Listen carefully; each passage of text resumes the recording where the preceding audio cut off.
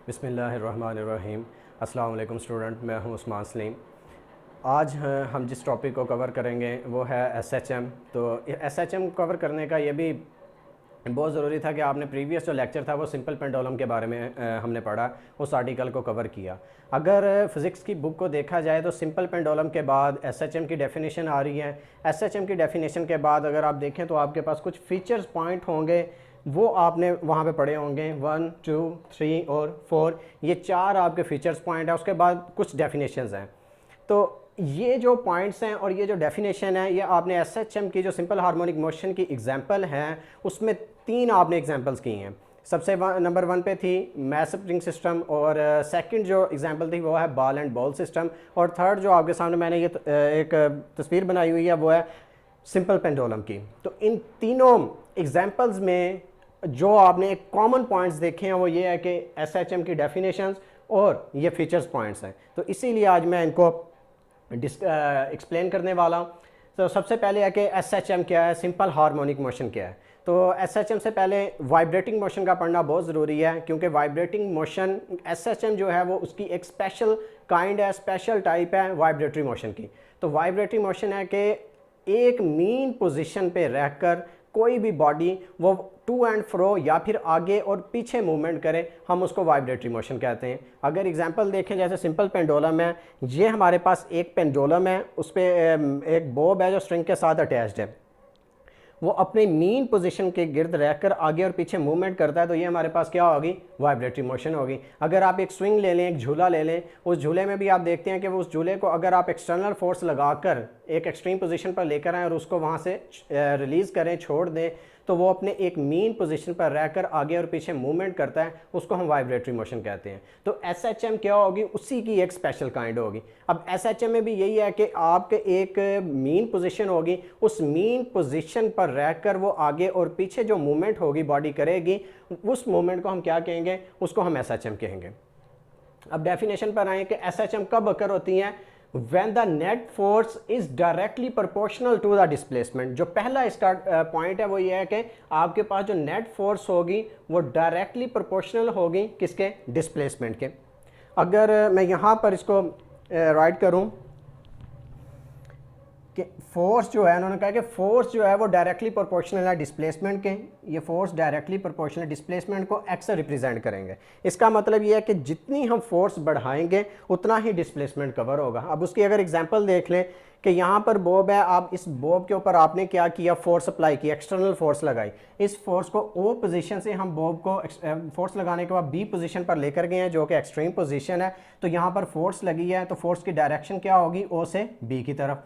तो ये फोर्स है और फोर्स की जो डायरेक्शन है वो ओ से बी की तरफ है। इसका मतलब यह है कि जैसे ही हमने फोर्स लगाई है, इसको पोजीशन पर लेकर गए हैं, तो यहाँ पे डिस्प्लेसमेंट कवर हुआ है, एक्स कवर हुआ है। तो डिस्प्लेसमेंट की जो डायरेक्शन होगी वो भी इस तरफ होगी। ये एक्सटर्नल फोर्स, ये अभी हमने रीस्टोरिंग फोर्स की बात नहीं कर रहे हैं, यहाँ पर सिंपल एक फोर्स है जिसको हम बॉब को लेकर उधर जाएंगे। तो यहाँ पर आपके पास क्या होगा, डिस्प्लेसमेंट कवर होगा। तो पहला जो पॉइंट था वो यही था कि नेट फोर्स जब आप अप्लाई करेंगे डिस्प्लेसमेंट कवर होगा from the mean position, mean position से। तो आपने मीन पोजीशन से देखना है। और जो सेकंड इसका पॉइंट है वो है कि all way directed towards the mean position, मतलब जो नेट फोर्स होगी उसकी जो डायरेक्शन है वो हमेशा क्या होगी, towards the mean position, mean position की तरफ उसकी हमेशा डायरेक्शन होगी। अब आप ये देख लें कि जैसे ही हम यहाँ पर लेकर गए हैं, इस बॉब को अगर यहाँ से रिलीज़ करें तो फोर्स, जो रीस्टोरिंग फोर्स है, उसकी डायरेक्शन हमेशा कहाँ पर होगी, मीन पोजीशन की तरफ। तो एरो को हम डायरेक्शन अगर चेंज करें तो यहाँ पर ये इसकी डायरेक्शन बनती है, मीन पोजीशन की तरफ आएगा।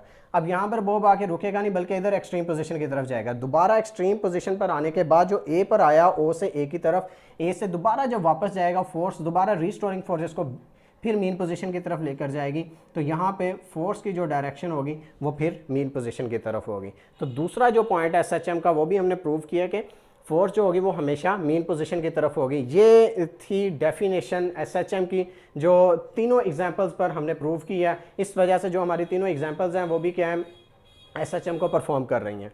उसके बाद आ जाएं, ये फीचर्स पॉइंट है। अब इन फीचर्स पॉइंट्स में हम जो डिस्कस करते हैं, एक्सेलरेशन हो गई, वेलोसिटी हो गई, और इसके अलावा फोर्स को, इन 3 पॉइंट्स को हम डिस्कस करते हैं। और वो तीनों पॉइंट्स हमने तीनों एग्जांपल्स में देखे हैं। मैथ स्प्रिंग सिस्टम में भी एक्सेलरेशन और वेलोसिटी और फोर्स को देखा है, उसके बाद बॉल एंड बॉल सिस्टम में भी, और जो थर्ड हमारे पास है सिंपल पेंडुलम, उसमें भी इसको डिस्कस किया है।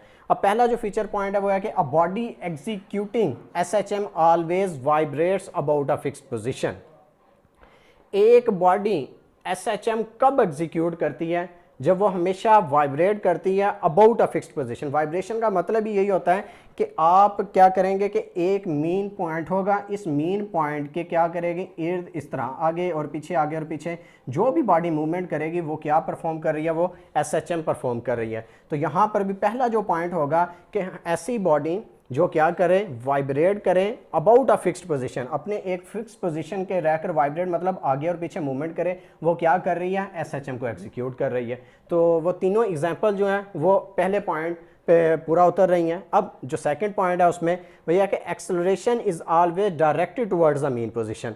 अब ये जो सेकंड पॉइंट था ये मैथ स्प्रिंग सिस्टम में प्रूव किया है, उसके अलावा अगर बॉल एंड बॉल सिस्टम में भी प्रूव किया, और सिंपल पेंडुलम में। मैं सिंपल पेंडुलम की एग्जांपल ले रहा हूँ, तो यहाँ पर फिर से मैं एक मरतबा बताऊँगा कि एक्सेलरेशन जो है उसकी हमेशा जो डायरेक्शन होनी चाहिए वो क्या होनी चाहिए, टुवर्ड्स द मीन पोजीशन। तो मीन पोजीशन की तरफ कैसे हैं कि अकॉर्डिंग टू, अगर आप सेकेंड लॉ देखें कि F इक्वल टू एम में, तो इसका मतलब ये था कि फोर्स का और एक्सेलरेशन का जो आपस में रिलेशन है वो डायरेक्ट है। अगर फोर्स इंक्रीज़ करेंगे तो एक्सेलरेशन भी इंक्रीज़ होगी, अगर फोर्स को डिक्रीज़ करेंगे तो एक्सेलरेशन भी क्या करेगी, डिक्रीज़ होगी। तो यहाँ पर अगर फोर्स को देखें तो फोर्स की अगर डायरेक्शन जिधर होगी उधर ही एक्सेलरेशन की डायरेक्शन भी होगी।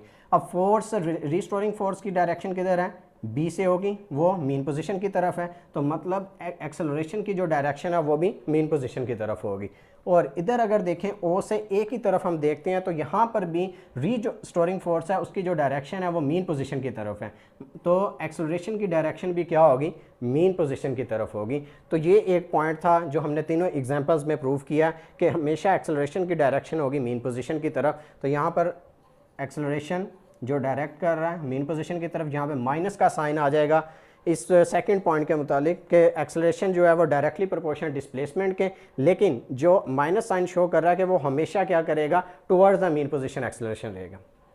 थर्ड पॉइंट ये है, थर्ड पॉइंट में क्या है कि एक्सेलरेशन की जो डायरेक्टली प्रोपोर्शनल होगा वो डिस्प्लेसमेंट के, यहाँ पर मैंने शो भी करवा दिया कि एक्सेलरेशन डायरेक्टली, जैसे जैसे डिस्प्लेसमेंट कवर होगी वैसे ही एक्सेलरेशन भी बढ़ेगा फ्रॉम द मीन पोजीशन। और जो सेकंड पॉइंट है वो ये है कि acceleration will be zero at the mean position while it will be maximum eight the extreme. तो एक्सेलरेशन जो होगा वो ज़ीरो होगा मीन पोजीशन पर। तो मीन पोजीशन पर एक्सेलरेशन, क्योंकि फोर्स और एक्सेलरेशन दोनों यहाँ पे सेम वर्क कर रहे हैं। अगर हम फोर्स को देखें, मीन पोजीशन से एक्सट्रीम पोजीशन की तरफ फोर्स को लेकर जाएं तो इस मैस में क्या हुआ, फोर्स अब जमा हो रही है, स्टोर हो रही है। लेट्स सपोज यहाँ पे फोर्स 0 थी, फोर्स के बाद उसके बाद 1 2 3, यहाँ पे फोर्स क्या होगी, एक्सट्रीम पोजीशन पे पहुँचने के बाद 5 न्यूटन इस बॉब में स्टोर हो गई है। अब जैसे ही हम इसको रिलीज़ करेंगे, इसका मतलब ये है कि बॉब दोबारा मीन पोजीशन पर आएगा, तो 5 के बाद फोर्स 4 हो जाएगी, 3 2 1, यहाँ पर पहुँचते हुए मीन पोजीशन पर फोर्स 0 हो जाएगी। वही यहाँ पे है कि एक्सेलरेशन और फोर्स दोनों सेम वर्क कर रहे हैं, तो फोर्स जो होगी एक्सट्रीम पोजीशन पर मैक्सिमम होगी। तो acceleration will be zero at the mean position while it will be maximum eight the extreme position. इसका मतलब यह है कि जो फोर्स अगर आपकी मैक्सिमम है एक्सट्रीम पोजीशन पर, तो एक्सेलरेशन भी क्या होगी, मैक्सिमम होगी। एक्सट्रीम पोजीशन पर एक्सेलरेशन मैक्सिमम होगी। इसी तरह मीन पोजीशन पर 0 होगी, फोर्स यहाँ से आ रही है 4 3 2 1, दोबारा फोर्स मीन पोजीशन पर 0 है, तो एक्सेलरेशन भी क्या होगी, 0 एट द मीन पोजीशन। तो एक्सेलरेशन 0 होगी मीन पोजीशन पर। ये अब लास्ट पॉइंट जो है, velocity is maximum at the mean position and 0 eight the extreme position. अब जो वेलोसिटी है वो एक्सेलरेशन के अपोजिट है, रिवर्स है। अगर एक्सेलरेशन एक्सट्रीम पोजीशन पर मैक्सिमम है तो इसका मतलब ये होगा कि वेलोसिटी एक्सट्रीम पोजीशन पर मिनिमम होगी, और एक्सेलरेशन अगर मीन पोजीशन पर 0 है तो वेलोसिटी मैक्सिमम होगी। अब उसकी एग्जांपल देख लें कि जैसे ही आपने बॉब को मीन एक्सट्रीम पोजीशन से रिलीज़ किया, वो बहुत तेज़ी के साथ मीन पोजीशन की तरफ आया, तो जैसे ही तेज़ी के साथ आएगा तो इसका मतलब यह है कि वेलोसिटी जो होगी मीन पोजीशन पर वो मैक्सिमम होगी। तो velocity is maximum at the mean position. तो वेलोसिटी मीन पे मैक्सिमम, और ओ से जब ए की तरफ आएगा मैक्सिमम के बाद क्या है वो लोएस्ट मिनिमम की तरफ आना शुरू हो जाएगा। ओ से ए की तरफ आते आते एक्सट्रीम पोजीशन पर पहुंचेगा तो इस जो मैस है ये बॉब जो है इसकी जो वेलोसिटी होगी वो मिनिमम हो जाएगी, मतलब वेलोसिटी ज़ीरो हो जाएगी। तो at zero at the extreme position, तो एक्सट्रीम पोजीशन पर वेलोसिटी ज़ीरो होगी। अब ये जो 4 पॉइंट्स थे और एसएचएम की जो डेफिनेशन थी, हमने ये एज ए एक्सप्लेनेशन के लिए एसएचएम की जो हमने एग्जांपल्स डिस्कस की हैं, mass spring system, ball and ball system और सिंपल पेंडुलम, उन तीनों एग्जांपल्स में ये चारों पॉइंट्स हमने डिस्कस किए हैं और इसके अलावा एसएचएम भी उसमें परफॉर्म किया है। तो ये नेक्स्ट इंशाल्लाह इसके बाद हम डेफिनेशंस को देखते हैं। कुछ पॉइंट्स हैं जो सिंपल हार्मोनिक मोशन को अगर हम डिस्कस करें तो उनमें ये कुछ पॉइंट्स हैं जो बार बार टर्म्स यूज़ हो रही होती हैं, अब हम इनको डिस्कस करेंगे। जिसमें सबसे पहले है वाइब्रेशन।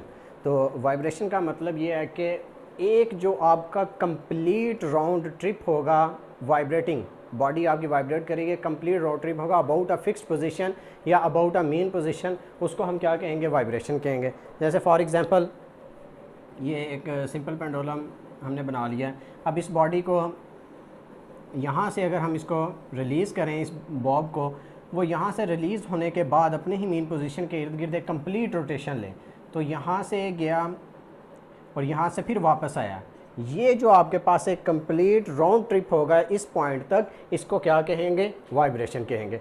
उसके बाद जो नेक्स्ट हमारे पास डेफिनेशन है वो है टाइम पीरियड की। तो टाइम पीरियड किसको कहते हैं कि इस पूरे जो एक कंप्लीट जो हमारे पास राउंड ट्रिप हुआ है, इसको कंप्लीट करने में जितना टाइम लगेगा उसको क्या कहेंगे, टाइम पीरियड कहेंगे। और जो नेक्स्ट है वो है फ्रीक्वेंसी। तो इसमें डेफिनेशन है कि number of vibrations or cycles of a vibrating body in 1 second, मतलब कि 1 सेकंड के दौरान जितनी आपकी वाइब्रेशंस होंगी उनको आप क्या कहेंगे, वो फ्रीक्वेंसी कहलाएगा। फॉर एग्जांपल अब 1 सेकंड के अंदर पाँच मरतबा ये यहाँ तक पहुँचता है, 5 मरतबा वाइब्रेटिंग बॉडी होती है, तो उसको क्या कहेंगे कि ये आपके क्या होगी, फ्रीक्वेंसी होगी। फ्रीक्वेंसी का जो फार्मूला 1 = टाइम पीरियड, तो ये आपके पास फ्रीक्वेंसी का एम्पलीट्यूड के मैक्सिमम जो डिस्प्लेसमेंट होगा, मीन पोजीशन से आप मैक्सिमम डिस्प्लेसमेंट ले लें एक्सट्रीम पोजीशन की तरफ, इसको हम एम्पलीट्यूड कहेंगे। ये राइट साइड पर भी हो सकता है और लेफ़्ट साइड पर भी हो सकता है। तो ये सिंपल सा कॉन्सेप्ट था। अल्लाह हाफिज़।